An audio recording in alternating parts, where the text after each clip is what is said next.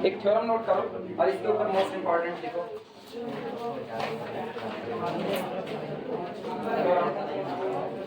Important सुनो, इधर बात सुनो। रेंज, रैंक, नल स्पेस और नलिटी, 4 टॉपिक हुए थे। Range, rank, null space, nullity. कहा यह गया था कि अगर कैपिटल टी कोई दिया गया लीनियर ट्रांसफॉर्मेशन है, पुराना रिकॉल करो, अगर कैपिटल टी कोई दिया गया लीनियर ट्रांसफॉर्मेशन है जो कि u ओवर f से किसी दूसरे vector space v over f के बीच में डिफाइंड है, u ओवर f से v ओवर f के बीच में डिफाइंड है, तो मेरे पास एक हिस्सा तैयार होता था किसका, डोमेन का, ये आपके पास डोमेन होता था, और दूसरी तरफ आपके पास कौन होता था, कोडोमेन होता था। कोडोमेन आइडेंटिटी इसके पास भी होगी, आइडेंटिटी उनके पास भी है। चूंकि वेक्टर स्पेस है, एडिशन की बात करें तो एडिशन की आइडेंटिटी को 0 से रिप्रेजेंट करते हैं। इधर आइडेंटिटी कौन होगी, 0 डैश होगी। अगर कैपिटल टी एक लीनियर ट्रांसफॉर्मेशन है जो u से v के बीच में डिफाइंड है, तो एक बात तो साफ है, ये 0 की इमेज को कहां पर भेजेगा, दूसरी तरफ आइडेंटिटी। ये बात इतनी क्लियर। यहां पर 2 नए सब स्पेस निकल करके आए थे जिनको अभी हम प्रूव करेंगे कि ये दोनों सब स्पेस होंगे। कहा यह गया था कि अगर आपके डोमेन में आपको ऐसे एलिमेंट मिलते हैं जो कि मिलेंगे, ठीक, आपके डोमेन में अल्फा 1, अल्फा 2, इस तरीके से अल्फा के, ये लोग ऐसे हैं कि इन सब की इमेज दूसरी तरफ कहां बन रही है, आइडेंटिटी पर बन रही है, तो इन्हीं लोगों को इनका कलेक्शन यानी collection of those elements alpha such that T image of alpha is equal to 0, ये कलेक्शन आपका क्या कहलाता है, नल स्पेस कहलाता है। नल स्पेस या इसी पूरे कलेक्शन को kernel of transformation capital T कहा जाता है। Kernel of transformation capital T और नल स्पेस के बीच में कोई खास फर्क नहीं है, दोनों एक ही बात कहते हैं। अगर आपका vector space u over f से v ओवर f के बीच में है, तो जितने भी एलिमेंट का कलेक्शन, जितने भी एलिमेंट की इमेज किधर बन रही है, दूसरी तरफ आइडेंटिटी पर बन रही है, उनका पूरा का पूरा कलेक्शन आपका null space of the transformation capital T कहलाता है, या उसी को कर्नल ऑफ ट्रांसफॉर्मेशन टी बोला जाता है। और ये एक सब स्पेस है, तो इस सब स्पेस की जो डायमेंशन निकल करके आएगी, उसी डायमेंशन को नलिटी ऑफ ट्रांसफॉर्मेशन टी कहा जाता है। तो उसको नींद लग गई, पास पैर नहीं है, नहीं यार वापस सोया नहीं।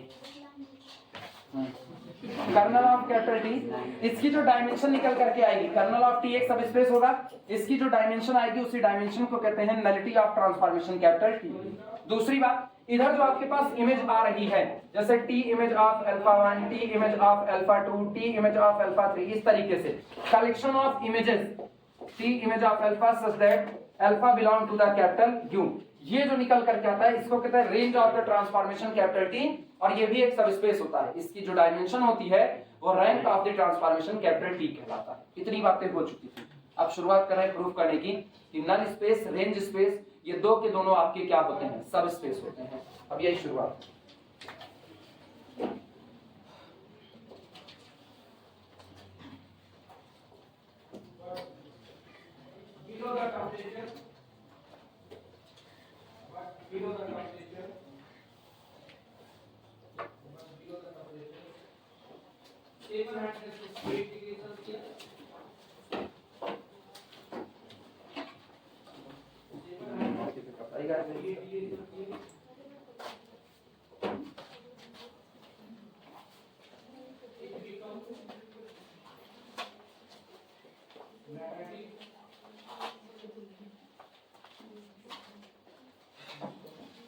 थ्योरम लिखना,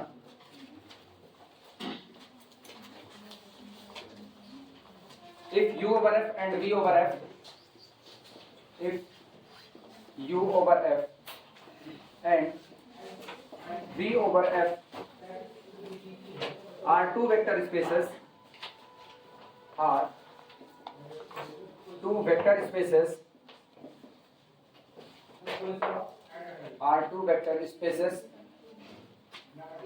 and capital T is a linear transformation, and capital T is a linear transformation, LT लिख देना शॉर्ट में, from u into v, from u into v, from u into v then range of transformation capital T, then range of transformation capital T, हम लोग इसको R of T से represent किए थे, then range of transformation capital T is a subspace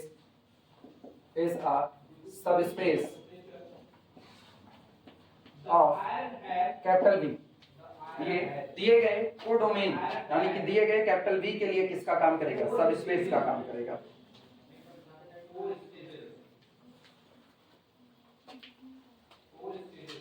U over F से V over F के बीच में एक लीनियर ट्रांसफॉर्मेशन कैपिटल T अगर डिफाइन किया जाता है तो आप जितने भी अल्फा की इमेज बन रही है, आप इमेज का कलेक्शन ले लो। इमेज का कलेक्शन एक सबस्पेस बनाएगा जिसको हम लोग क्या कहेंगे? Range of the transformation capital T कहेंगे। यही बात हमें प्रूव करनी है कि ये कलेक्शन एक सबस्पेस होता है। किसी को वन स्टेप टेस्ट याद है? W be a subspace of a vector space capital U if and only if for all a comma b belong to the field F and alpha comma beta belong to the vector space U, a alpha plus b beta again belong to the capital U, तो आप again belong to the W।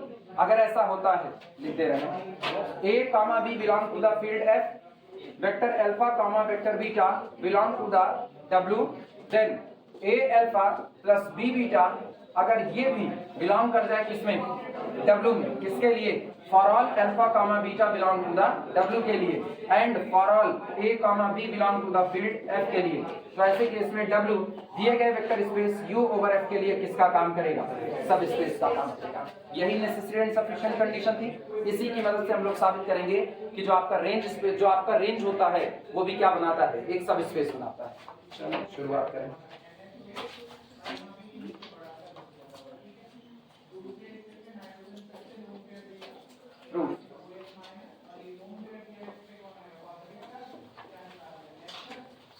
सबसे पहला काम तो ये बताओ कि range कभी भी इम्पटी सेट नहीं हो सकता, क्योंकि सब स्पेस की पहली रेस्ट्रिक्शंस होती है कि आपका सेट कैसा होना चाहिए? नॉन इम्पटी होना चाहिए। और ये बात साफ है कि रेंज आपका इम्पटी नहीं हो सकता। रीजन, इधर कौन बैठा है?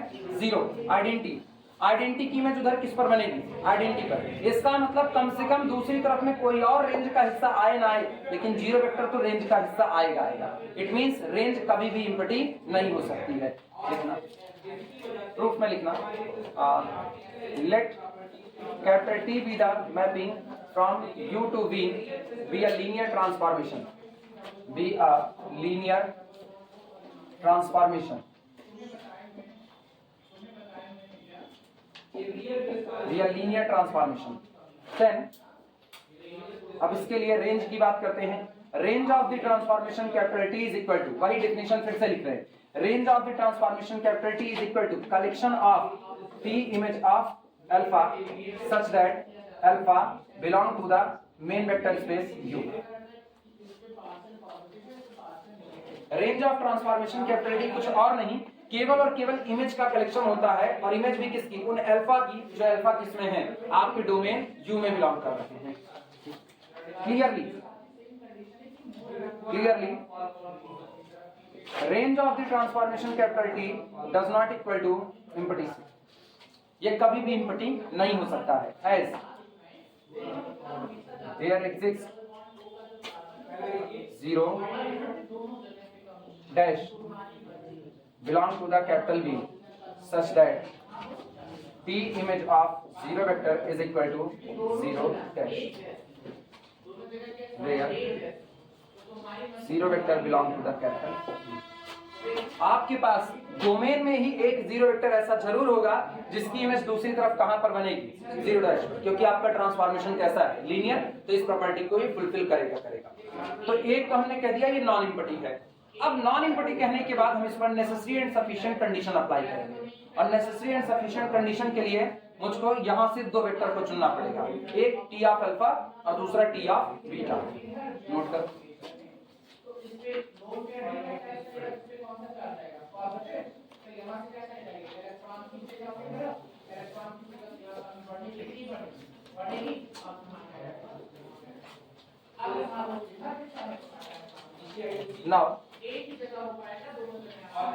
Now take T of alpha comma T of beta belong to the range of T and A comma B belong to the our field F. T of alpha, T of beta, ये दोनों हमने कहां से लिया? Codomain से लिया, sorry range से लिया। और अल्फा A comma B ये दोनों स्केलर क्वांटिटी है जो कहां से आ रही है? फील्ड से आ रही है। देन हमें ये बताना है कि अगर T of alpha रेंज का है, T of beta रेंज का है, तो A T of alpha plus B T of beta ये भी किसका होगा? रेंज का होगा। अगर ये भी रेंज का हुआ तो रेंज तुरंत क्या बना लेगा? एक सब स्पेस बना लेगा। चलो शुरुआत करते हैं। Then A T of alpha plus B T of beta. अब सुनना, ये चीज रेंज में उस दिन चली जाएगी, ये चीज रेंज में उस दिन चली जाएगी। रेंज में कौन आता है? रेंज में कौन आता है? रेंज में केवल वो लोग आते हैं जो इमेज है पर्टिकुलर किसी अल्फा की। जो पर्टिकुलर किसी अल्फा की इमेज होगा ना, वो रेंज का हिस्सा है। तो यानी अगर ये जो लिखा गया है ये किसी एक वेक्टर की इमेज बन जाए, ये कौन बन जाए? किसी एक वेक्टर की इमेज बन जाए, तो तुरंत ये किसका हिस्सा हो जाएगा? रेंज का हिस्सा हो जाएगा। अब लिखना मत, थोड़ी देर बस देखते रहो ये कैसे किसी वेक्टर की इमेज बनेगा। A T of alpha plus B T of beta is equal to, मुझको पता है ट्रांसफॉर्मेशन कैपिटल T कैसा है? लीनियर है।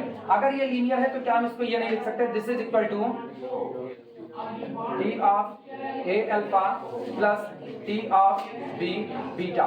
हाँ या ना? रीजन हमारे पास मौजूद है, since capital T is linear transformation. और अगर कैपिटल T लीनियर है तो T of alpha plus beta is equal to T of alpha plus T of beta लिखते आए हैं। उल्टा देखो क्या लिखा है? T of alpha plus T of beta is equal to T of A alpha plus B beta. हाँ या ना? अब ये बताओ, गौर से सुनना, अल्फा कॉमा बीटा, अगर आप T of alpha की बात करो तो ये किसका है? कोडोमेन का। T of alpha किसका है? कोडोमेन का। तो पक्का अल्फा किसका होगा? डोमेन का। T of बीटा किसका? कोडोमेन का। तो बीटा किसका? डोमेन का। अब सोचो अल्फा और बीटा दोनों डोमेन के पॉइंट है। डोमेन आपका ऑलरेडी सब स्पेस है, सब स्पेस का है, वेक्टर स्पेस है। डोमेन कौन है? U। और क्या दिया है? Is a vector space. अगर ये वेक्टर स्पेस है तो अल्फा और beta belong to U over F के लिए A alpha plus B beta किसका एलिमेंट हुआ? किसका एलिमेंट हुआ? U का एलिमेंट हुआ कि नहीं? अब सोचो U के एलिमेंट की इमेज कौन बन रहा है? यही आ रहा है कि नहीं? इसका मतलब ये किसी ना किसी अल्फा की इमेज है, तो ये किसका हिस्सा हुआ? रेंज का हिस्सा हुआ। वापस सुनना, this vector is the image of, this vector is the image of A alpha plus B beta. और सारी इमेज का कलेक्शन किस में जाता है? रेंज में जाता है। इसका मतलब ये किस में बिलोंग करेगा? रेंज में बिलोंग करेगा। क्लियर हुआ? हम लोग इसको ऐसा लिखेंगे, इधर वाली बात लिख चुके हो कि नहीं? ये बात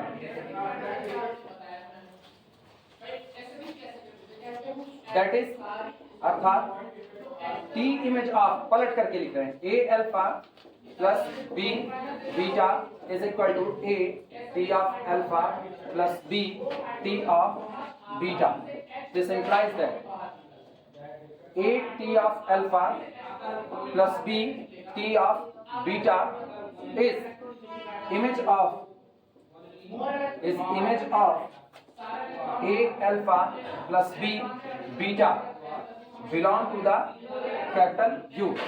So A T of alpha plus B T of beta must belong to the range of transformation capital T. Belong कर गया रेंज में। और ये बताओ, अल्फा और बीटा क्या कोई पर्टिकुलर एलिमेंट था? आर्बिट्री, हम अपने मन से लिए थे। A और B क्या पर्टिकुलर स्केलर थे? वो भी कौन थे? आर्बिट्री। तो इसका मतलब since A B T of alpha and T of beta all are arbitrary, all are arbitrary, सब के सब कैसे हैं? आर्बिट्री, मनचाहे हैं। Therefore, इसलिए for all A comma B belong to the field F and for all T of alpha comma T of beta belong to the range of transformation capital T. आखिरी line यहाँ लिख रहे हैं, A T of alpha plus B T of beta again belong to the range of transformation capital T. और यही this is the necessary and sufficient condition to become a subspace, यानी range of transformation capital T क्या बन गया? Subspace बन गया। अब note कर डालो इसको, समझ आया? अब नोट करो।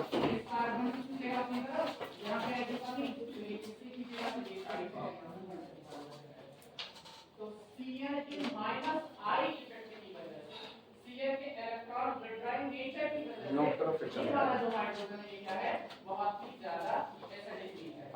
तो बेस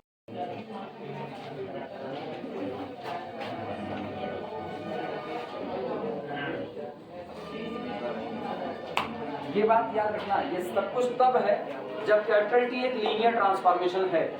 अगर कैपिटल टी एक लीनियर ट्रांसफॉर्मेशन नहीं है तो बिल्कुल मुंह नहीं खोला जा सकता है तब उस केस में। मतलब if capital T is a linear transformation then collection of all images must form a subspace. अगर कैपिटल टी लीनियर ट्रांसफॉर्मेशन है तो कलेक्शन ऑफ इमेजेस हमेशा क्या बनाएगा? सबस्पेस, और उसी को हम लोग क्या बोलेंगे? रेंज बोलते हैं, रेंज स्पेस।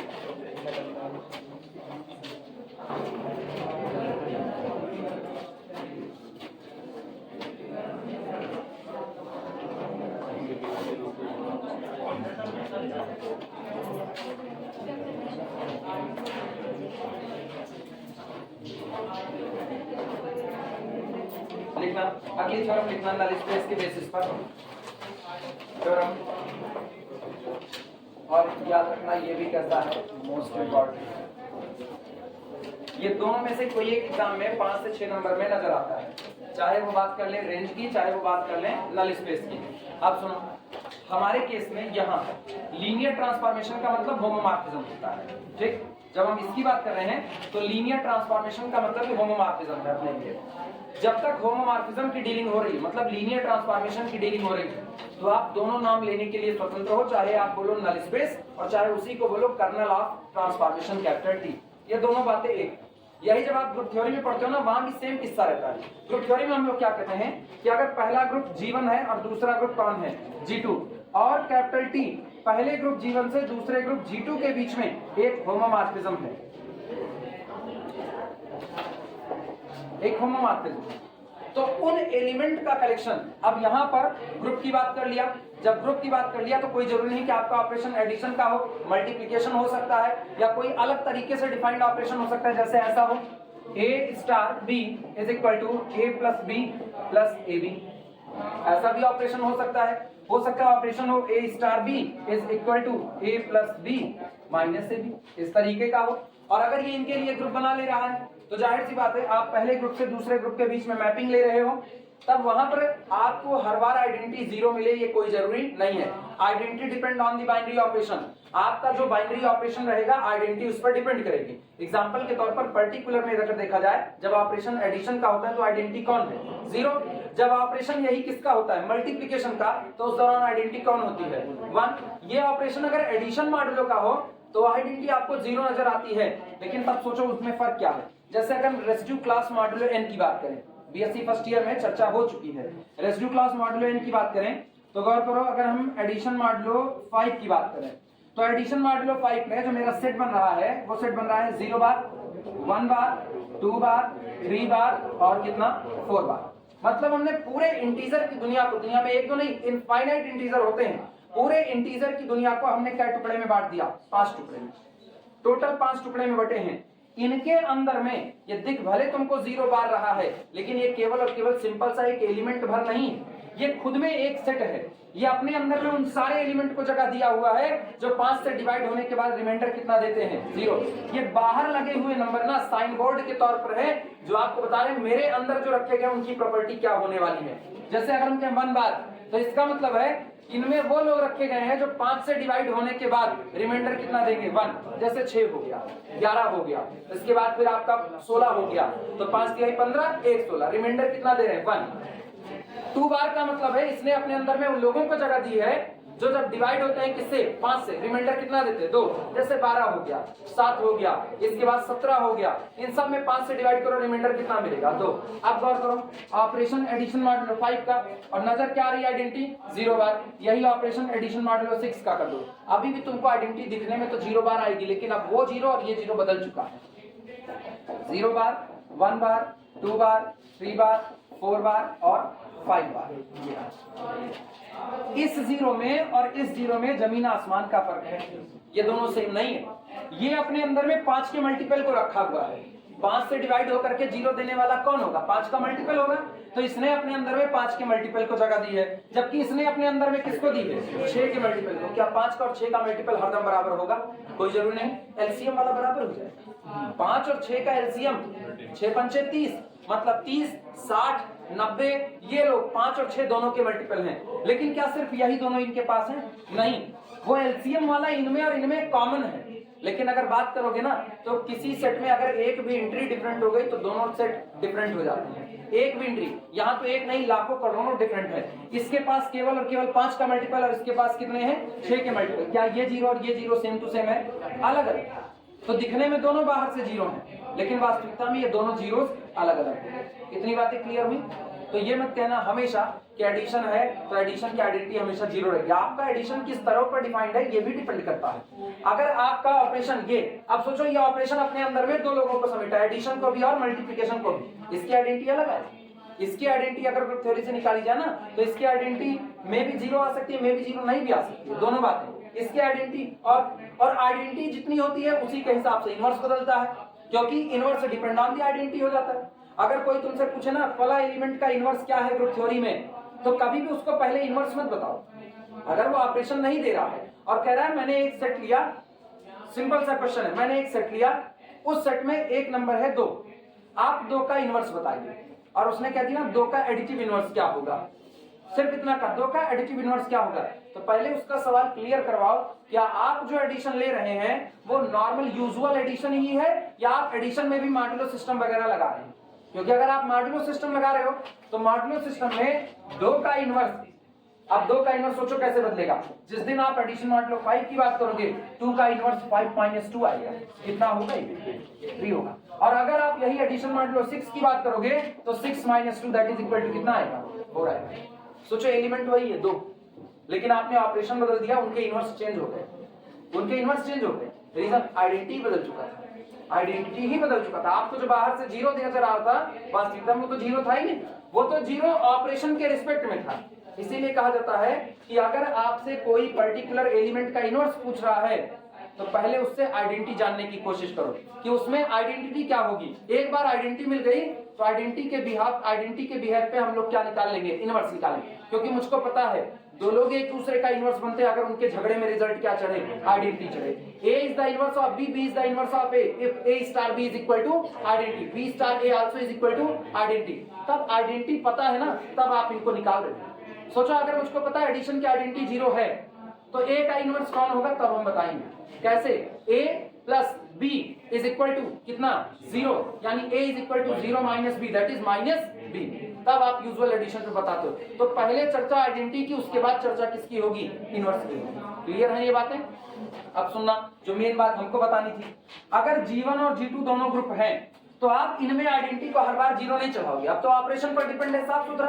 तो इसकी आइडेंटिटी क्या हो गई? E, और इसकी आइडेंटिटी क्या हो गई? E'। तब वहां पर कहा जाएगा कर्नल, अब कर्नल की बात करें, kernel of the transformation T is the collection of those elements which has image E'।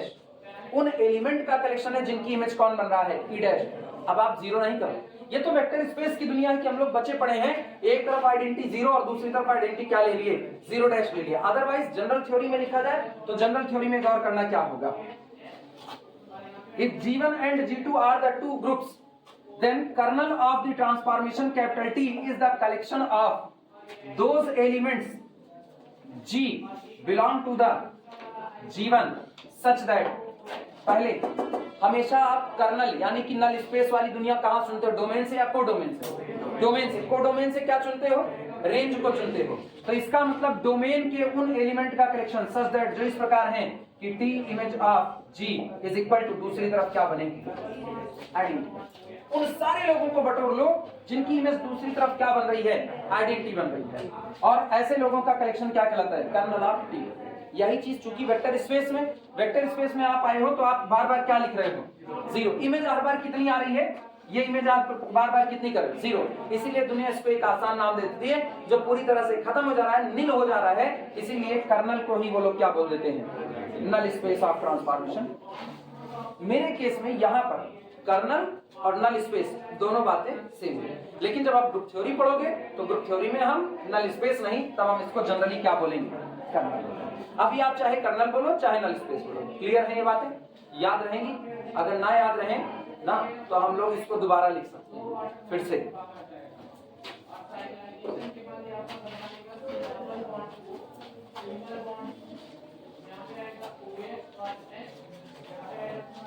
और कोई इसमें बिल्कुल कंफ्यूज ना हो ना कि ये सब नए नए नाम क्या चल रहे हैं, कर्नल क्या चल रहा है, उसके बाद फिर रेंज क्या चल रहा है। सारी बातें बहुत एकदम साफ शीशे की तरह से एकदम क्रिस्टल क्लियर है, इसमें कंफ्यूज ना होना।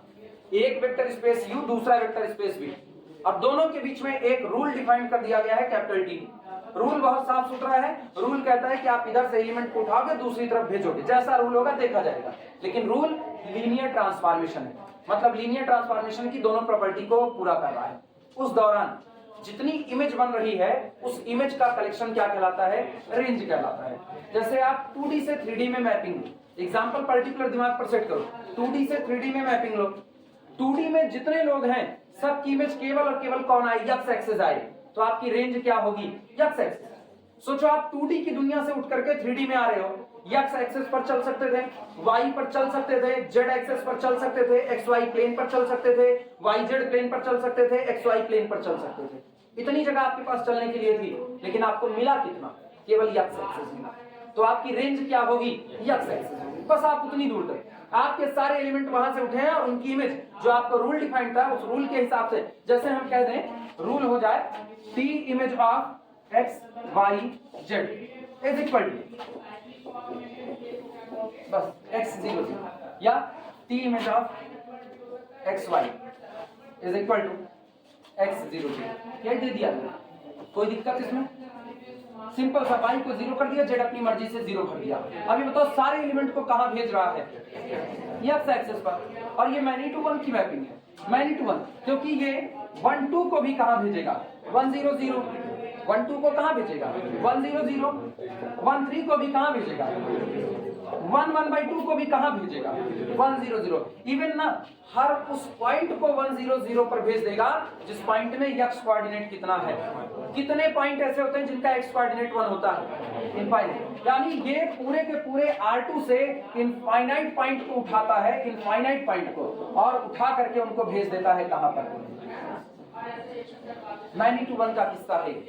ऐसी मैपिंग ना इन्वर्टिबल नहीं हो सकती, ऐसी मैपिंग इन्वर्टिबल नहीं हो सकती, ठीक। और ये बातें वैसे भी क्लियर है। अगर हम लोग मैट्रिक्स का ख्याल करें तो आपकी मैपिंग है R2 से लेकर के किसके बीच में, R3 के, तो आपकी मैपिंग का ऑर्डर क्या रहा होगा, और 3x2 की मैपिंग इन्वर्टिबल नहीं होती। इन्वर्टिबल होने के लिए पहले जरूरी शर्त है मैट्रिक्स कैसी होनी चाहिए, स्क्वायर होनी चाहिए। क्लियर हुआ कि नहीं हुआ? इसीलिए मैनी टू 1 का किस्सा चला गया। आई बात समझ में? बहुत साफ सुथरा रूल है। आप इधर से एलिमेंट को उठा रहे हो, इधर उनकी इमेज निकाल रहे हो, इधर एलिमेंट को उठा रहे हो, इधर इमेज निकाल रहे हो, और आपके पास रूल सामने मौजूद है। तो ये जितनी इमेज बन रही है ना, ये पूरा x एक्सिस बटोर लो, ये पूरा x एक्सिस आपका कम हो जाएगा, रेंज हो जाएगा। और जितने लोगों की इमेज 0 बन रही है उन लोगों का कलेक्शन आपका क्या हो जाएगा, कर्नल ऑफ ट्रांसफॉर्मेशन टी, या फिर उसी को क्या कहोगे, नल स्पेस। पता है लाखों करोड़ों लोगों की इमेज इस बार 0 बनेगी। हर उस एलिमेंट की इमेज 0 बनेगी जो y एक्सिस पर बैठा है, हर उस एलिमेंट की इमेज 0 बनेगी जो z एक्सिस पर बैठा है, हर उस एलिमेंट की इमेज 0 बनेगी जिसका x कोऑर्डिनेट कितना चढ़ेगा, 0 चढ़ेगा। आई बात समझ में? मतलब अगर कोई मुझसे कहे ना 0 18 20 की इमेज क्या होगी, जवाब है ओरिजिन होगी, खत्म। सॉरी 0 18 की इमेज ओरिजिन, क्योंकि इमेज क्या बन रही है, x बचाएगा, बाकी दोनों 0 0, तो 0 0, क्योंकि x बेचारा खुद कितना है, 0। अब सोचो पूरा x एक्सिस, पूरा x एक्सिस, क्या इसकी इमेज 0 बनेगी? पूरे x एक्सिस की इमेज नहीं होगी। पूरे x एक्सिस पे खाली एक ओरिजिन होगा बस, जिसकी इमेज कहां जाएगी, ओरिजिन। लेकिन पूरे y एक्सिस पर जितने भी पॉइंट हैं उन सब की इमेज कहां चली जाएगी, सब की इमेज। क्या इसके अलावा कोई और पॉइंट होगा जिसकी इमेज जाए ओरिजिन पर? और कोई नहीं होगा। पूरा y एक्सिस चला गया कहां, ओरिजिन पर, और ये ओरिजिन खुद ही गया, तो वो तो y एक्सिस में शामिल है। मतलब आज की तारीख में मेरे लिए अगर नल स्पेस की बात की जाए तो मेरे लिए नल स्पेस कौन होगा, y एक्सिस। और बताओ इसकी y एक्सिस एक लाइन है कि नहीं passing through the origin? A line passing through the origin always form a सब स्पेस, हम लोग ऑलरेडी डील कर चुके हैं। और लाइन की डायमेंशन कितनी होती है? 1। तो इसका मतलब जो आपका 2D था 2D R2 उसमें से नल स्पेस की डायमेंशन कितनी हो चुकी है? 1। समझ आई बात है? पूरे मैपिंग एकदम क्रिस्टल क्लियर है, इसीलिए दिमाग पे इसका बोझ न डालना, अरे क्या रेंज क्या नल स्पेस, कुछ नहीं, सारी चीजें ना पेड है, हम लोग ऑलरेडी जानते हैं।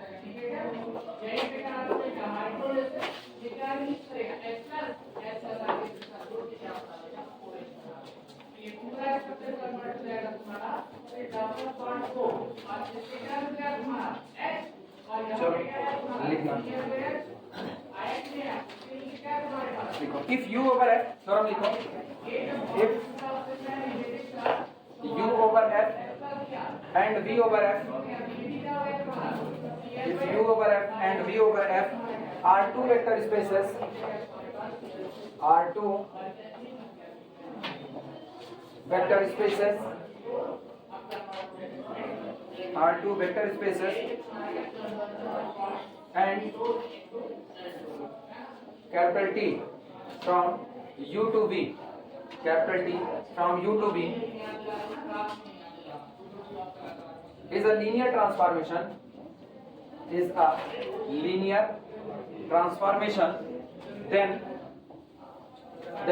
अच्छा आपकी बार हम लिख दे रहे हैं, then कर्नल ऑफ T, ऐसे कर्नल ऑफ ट्रांसफॉर्मेशन T, और इसी को कहते हैं null space of transformation capital T is a subspace, is a subspace,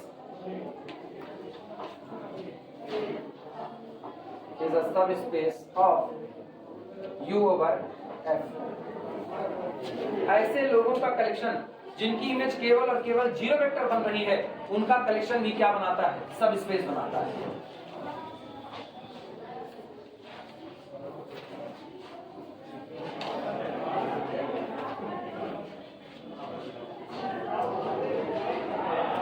note कर लो तो प्रूफ किया जाए फटाफट।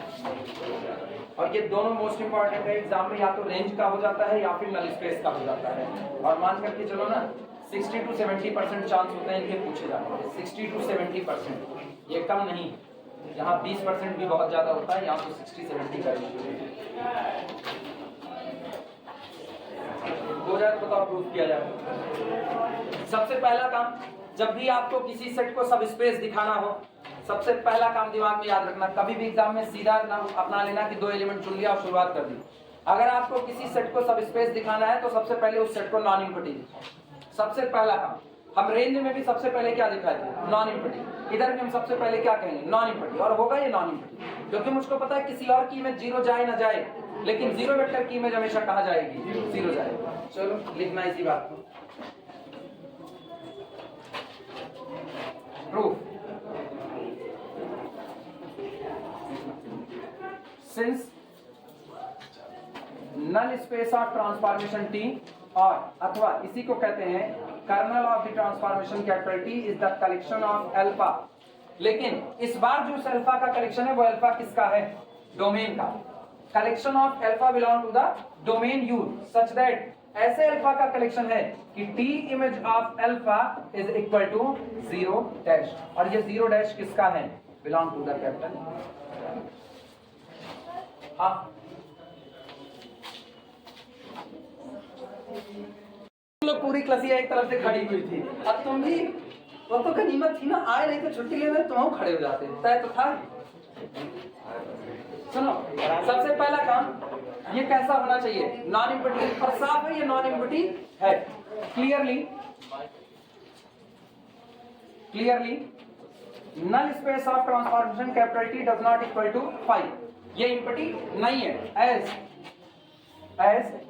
T is linear transformation, so T image of zero vector is equal to 0 dash, always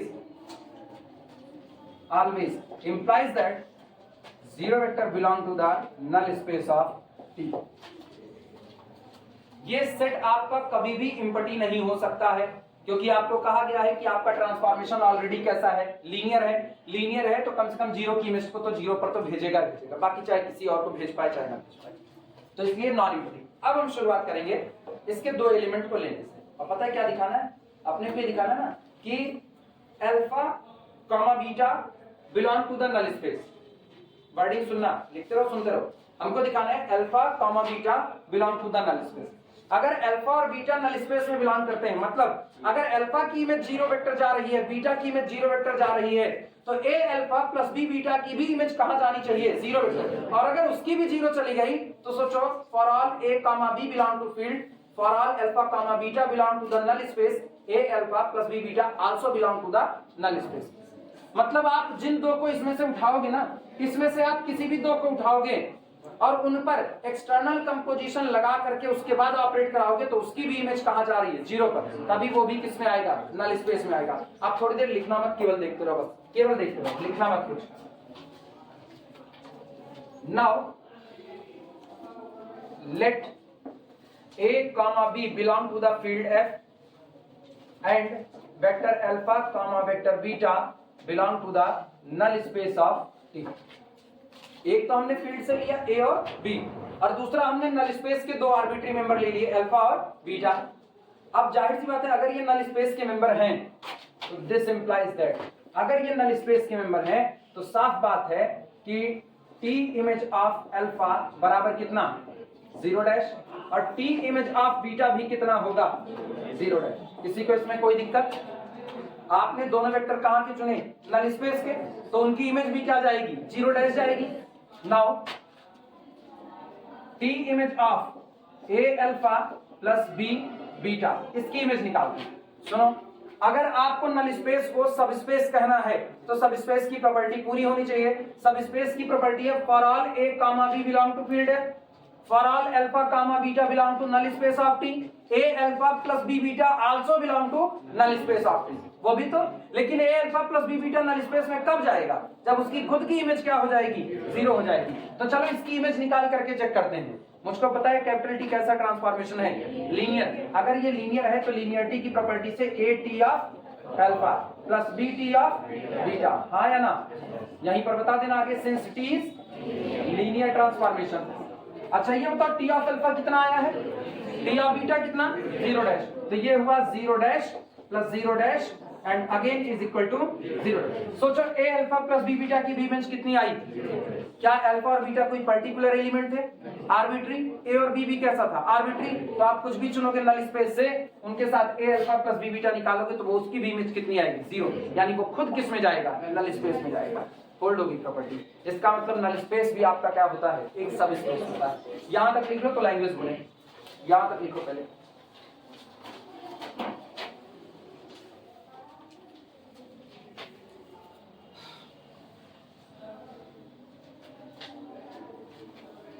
देखो मुश्किल कुछ नहीं है, दिमाग चलाना पड़ेगा बस खाली इस पे।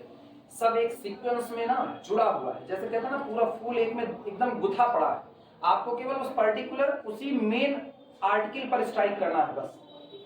लिखा क्या गया है, आपकी डिमांड क्या है, आपको चाहिए, इतने से ही सारा काम हो जाएगा।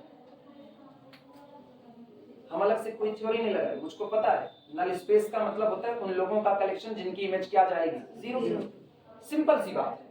तो आप पूरा एक सेट हमको दे रहे हो नल स्पेस के नाम पर, हम सबसे पहले देखते हैं क्या मेरा सेट इम्पटी तो नहीं है। मुझको पता चलता है आपने ट्रांसफॉर्मेशन को क्या कहा है, लीनियर, तो जीरो वेक्टर की इमेज को तो जीरो पर भेजेगा, तो इसका मतलब मेरा सेट इम्पटी नहीं हो सकता, और इम्पटी नहीं हो सकता तो मेरे सेट में कितने एलिमेंट है मुझको नहीं पता, हम रैंडम व्यवस्था में चल देते हैं। ले लिया दो एलिमेंट अल्फा और बीटा, हो सकता है किसी के दिमाग में अल्फा बीटा सेट के पास है भी कि नहीं भी, तो हम तो रैंडम व्यवस्था लिए ना।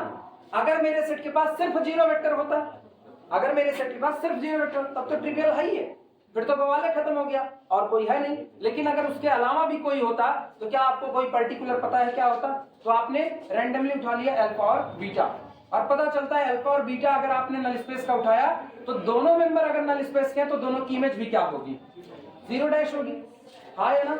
इसमें तो कोई शक है नहीं कि if alpha belong to null space then t of alpha is equal to 0, beta belong to n of t, t of beta also is equal to 0।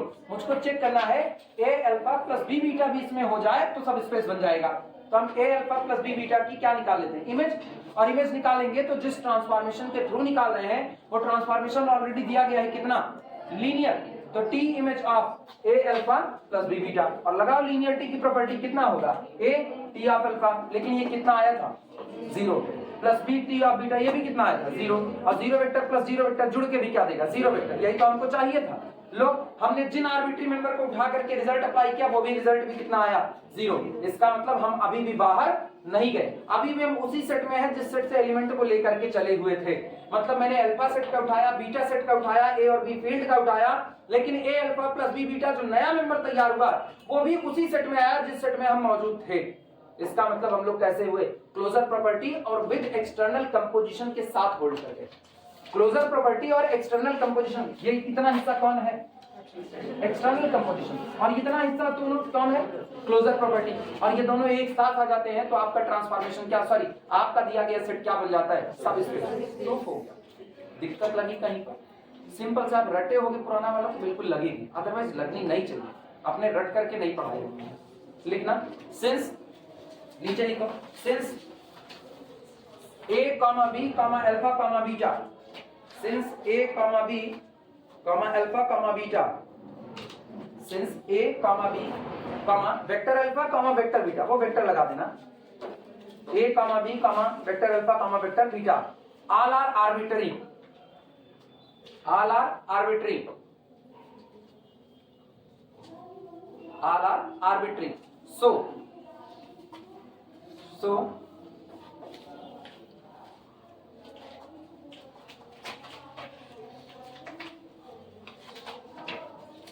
for all a comma b belong to the field F and for all vector alpha comma vector beta belong to the null space of transformation T, a alpha plus b beta also belong to the null space of transformation T, implies that n of T is a subspace of, और ये बताओ N of T किसका subset है, domain का या codomain का, domain का, तो सबस्पेस भी किसका होगा, डोमेन का, is a subspace of you over F.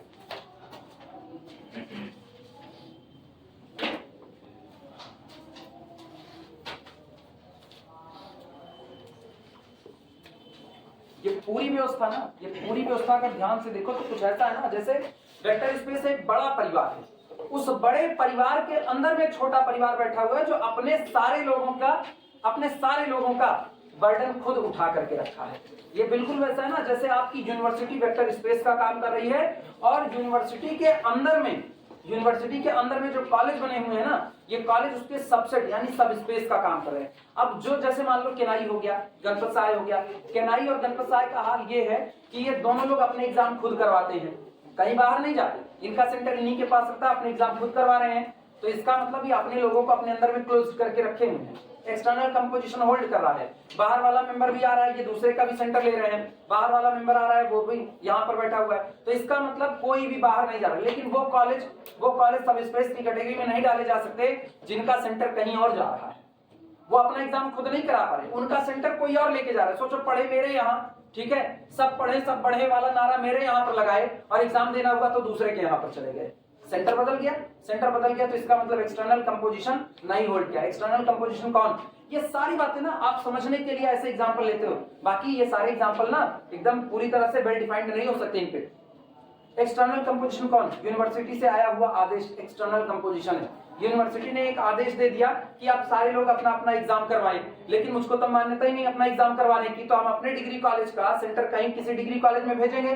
तो इसका मतलब यूनिवर्सिटी के आए हुए आदेश ने मेरे ऊपर ऑपरेट किया, ऑपरेट करने के बाद रिजल्ट सेट में नहीं आया, वो कहां चला गया, दूसरे कॉलेज में सेंटर चला गया। अब दूसरे कॉलेज में सेंटर चला गया तो इसका मतलब हम सब स्पेस नहीं है, हम सब स्पेस नहीं है। सब स्पेस की थोड़ी इज्जत होती है, जैसे केनाई गणपत साय ना थोड़ी इज्जत है, ये अपना सेंटर खुद है ना, ये अपना सेंटर है। कोई डीम्ड यूनिवर्सिटी का किसी को दे दिया जाए तमगा, जैसे मान लो कि अवध यूनिवर्सिटी अपना लोड नहीं संभाल पा रही, तो जब अवध यूनिवर्सिटी अपना लोड नहीं संभाल पा रही है तो है तो वो वेक्टर स्पेस, लेकिन लोड संभालने में उसको दिक्कत है। उसने क्या किया, उसने अपने ही किसी कॉलेज बॉडी को अपनी डीम्ड यूनिवर्सिटी की संज्ञा दे दी, तो डीम्ड कह दिया ना, तो इसका मतलब अब वो यूनिवर्सिटी जो डीम्ड यूनिवर्सिटी जिसको बनाया वो कॉलेज अपना खुद का पेपर बनाएगी, अपना खुद का एग्जाम करवाएगी, खुद ही उसके पास अपनी कॉपियां चेक होंगी।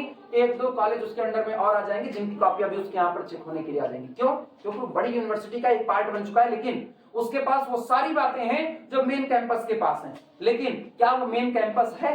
नहीं। इसलिए आप उसको क्या कह सकते हो? सब स्पेस। और मेन कैंपस आपका कौन हो गया? वेक्टर स्पेस हो गया। ये सारी बातें इसमें है। जबकि एक सेट होता तो सेट के साथ ये प्रॉपर्टी नहीं है। सेट में ये बात नहीं। कोचिंग एक सेट है, कोचिंग एक सब स्पेस नहीं हो सकता। कभी भी कोचिंग एक सब स्पेस की संज्ञा पर आ ही नहीं सकता। वेक्टर स्पेस नहीं बन सकता, सब स्पेस काहे का बनेगा? वेक्टर स्पेस होने का मतलब क्लोजर प्रॉपर्टी का होल्ड करना। पता चलता है या दो लोगों को डांट दो, निकल लिए, हम पढ़वे नहीं करेंगे। अब ऐसे में ना क्लोजर प्रॉपर्टी होल्ड करने के लिए ऑपरेशन बदलना पड़ता है। ऑपरेशन ये बदलना पड़ेगा कि भाग करके दिखाओ, घर से पकड़ करके लेकर आएंगे। अब सोचो जब ऑपरेशन आप पढ़ाने का एक ऑपरेशन था, आप पढ़ाओ, लोगों को समझ में आए, तब लोग आपके पास बैठे, तो आप क्लोजर प्रॉपर्टी फॉलो कर रहे हो। अभी क्या है? अभी हम ऑपरेशन ही चेंज कर दिए। तो किसी एक वेक्टर स्पेस पर आप एक बार में एक ऑपरेशन डिफाइन कर सकते हो और नहीं कर सकते हो। एक बार आपने एडिशन मल्टीप्लिकेशन डिफाइन कर दिया तो वही रहने वाला है। आप ऑपरेशन चेंज कर दोगे, पूरी व्यवस्था चेंज हो चुकी है। तो आप मार डांट करके लोगों को बैठाते हो, ये आपकी क्लोजर प्रॉपर्टी नहीं है। कुछ पल्ले पड़ी बात है?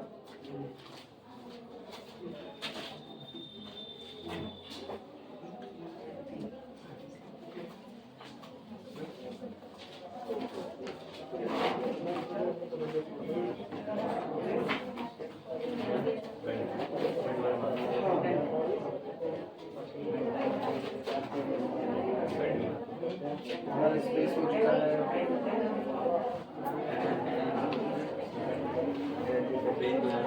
चलो रैंक नलिटी थ्योरम अभी नहीं कराएंगे ना, सबसे पहले कुछ न्यूमेरिकल कराएंगे और उसके बाद फिर रैंक नलिटी थ्योरम करवाएंगे।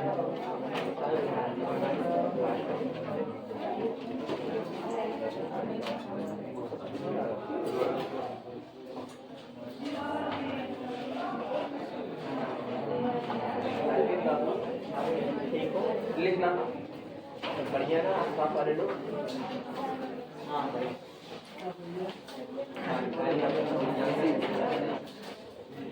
2 मिनट रुको।